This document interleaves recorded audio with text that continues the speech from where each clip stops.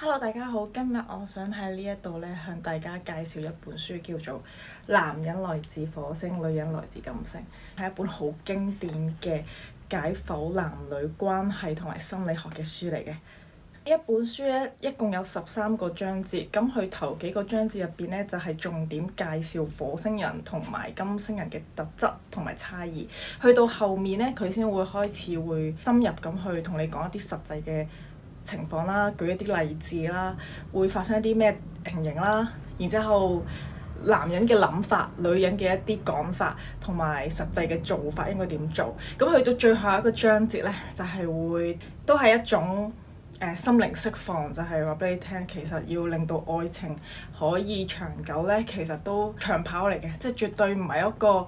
激情就夠噶啦。亦都會提到男人通常佢會希望女人按照佢哋嘅思維去諗嘢啦，同埋做出一啲反應。而另一方面咧，女人係希望男人可以有佢哋相同嘅感受啦，同埋有實際嘅行動。火星人咧重視力量、能力、效率、成就，佢哋咧會千方百計咧去證明佢自身嘅價值。佢會不斷咁樣去積蓄一啲力量啦，培養技能啦，修練18般武藝啦。佢人生態度咧就係成功、成就呢一啲嘢咧，可以為佢哋帶嚟好大嘅滿足感嘅。佢哋渴望勝利、追求業績，咁呢一個咧就係佢哋價值觀嘅核心。佢哋咧係對各種具體咧而有形嘅實物咧有好感。相比之下咧，佢對人哋嘅情感同埋心水咧興趣唔係好大嘅喎。佢哋係更加關注咧點樣去展示佢嘅力量啦，同埋佢係點樣 powerful。咁事業有成對於佢哋嚟講咧先係最重要嘅，所以證明到自己嘅能力係有幾好、有幾強咧，佢就會自我感覺良好㗎啦。火星人咧以獨立去成就事業咧而感到驕傲嘅。佢哋傾向於咧獨力去完成自己嘅嘢啊，而唔希望人哋去參與嘅。咁佢哋談論嘅一個問題就係佢哋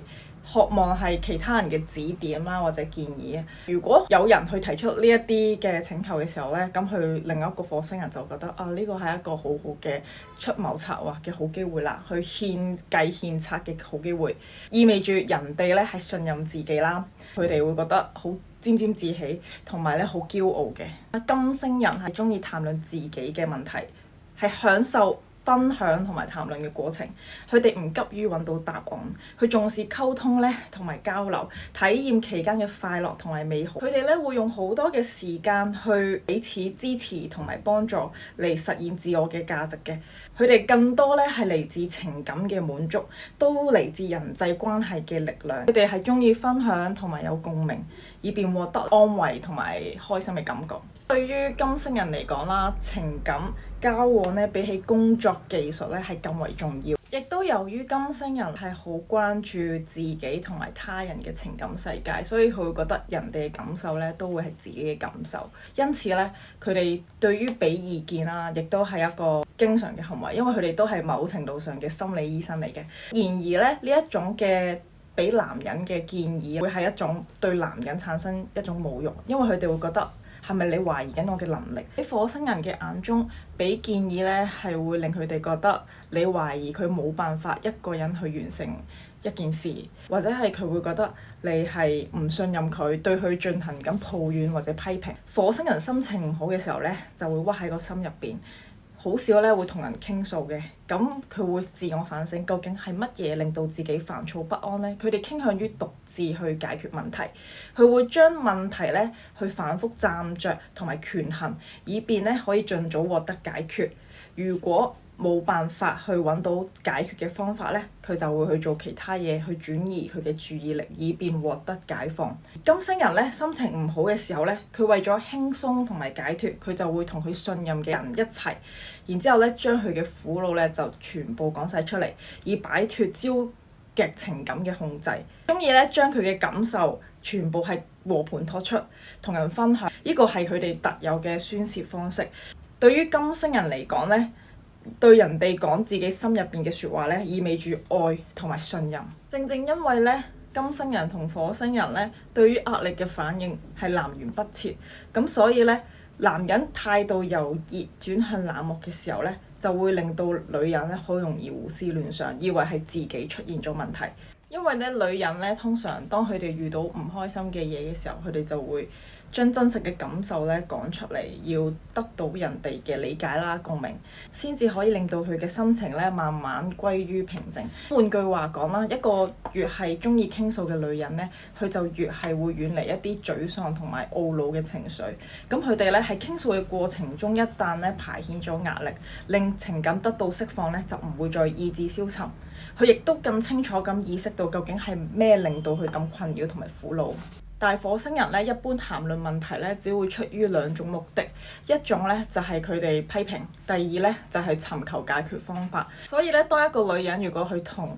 男人咧去談論問題嘅時候咧，好多時咧男人就以為佢係想佢幫手揾一啲解決嘅辦法。咁如果呢個女人咧咁啱咧語氣唔係咁好咧，個男咧就會覺得你係咪批評緊我啊？女人去談論問題嘅時候咧，通常都係希望得到對方嘅傾聽啦、關心啦、理解同埋體貼嘅，就唔係一啲好高明嘅見解。一方面咧，女人咧佢哋去交代細節，只係為咗感覺良好；而男人咧就係要喺複雜嘅細節入邊咧去揾出解決嘅辦法啦，從而獲得滿足感。金星人同埋火星人嘅差異咁大，咁點解咧又會互相吸引咧？因為其實差異本身就係一種誘惑。一般嚟講啦，金星人比較柔弱，而火星人咧就剛強。火星人有棱有角，而金星人咧就圓潤可愛。火星人咧偏冷，但係咧金星人就偏暖。佢哋之間嘅差異咧，其實係形成咗完美而奇特嘅互補性嘅。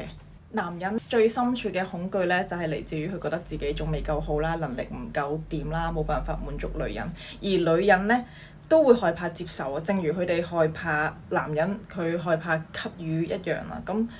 女人都會覺得好自卑啦，或者佢哋唔夠膽主動去要求更多嘢，而佢哋喺個想像入邊咧就已經係完成咗佢哋主動請求同埋被拒絕嘅過程。咁呢樣嘢咧，其實男人係完全唔會知道。咁然之後咧，女人可能就會好消極啦，因為佢已經喺個腦入邊演繹咗一次俾人拒絕咗呢個請求，或者佢嘅需求係冇辦法達到滿足。一本書亦都分享到咧，其實男女咧對於對方嘅打分咧係嗰個標準咧係唔一樣嘅。咁可能咧男人會覺得我認真努力去工作啦，賺好多錢買大嘅屋啊，或者買架跑車啊，俾你住俾你揸，係我已經好高分㗎啦，我為你付出咗好多嘢。但係就可能咧喺女人心目中咧，佢寧願你每日收出更多嘅時間去陪佢，聽佢傾偈啦，俾一啲安慰佢啊，支持佢啊，或者每日嚟一個擁抱啊、接吻啊，或者係送一紮玫瑰花。即係佢覺得咧，可能咧你做呢一堆嘢分數咧，甚至係高於咧你為佢買咗間大屋同埋買咗架車揸咁樣。呢一個時候咧，可能兩個人咧關係就會漸漸疏遠。所以呢一本書嘅作者就提議咧，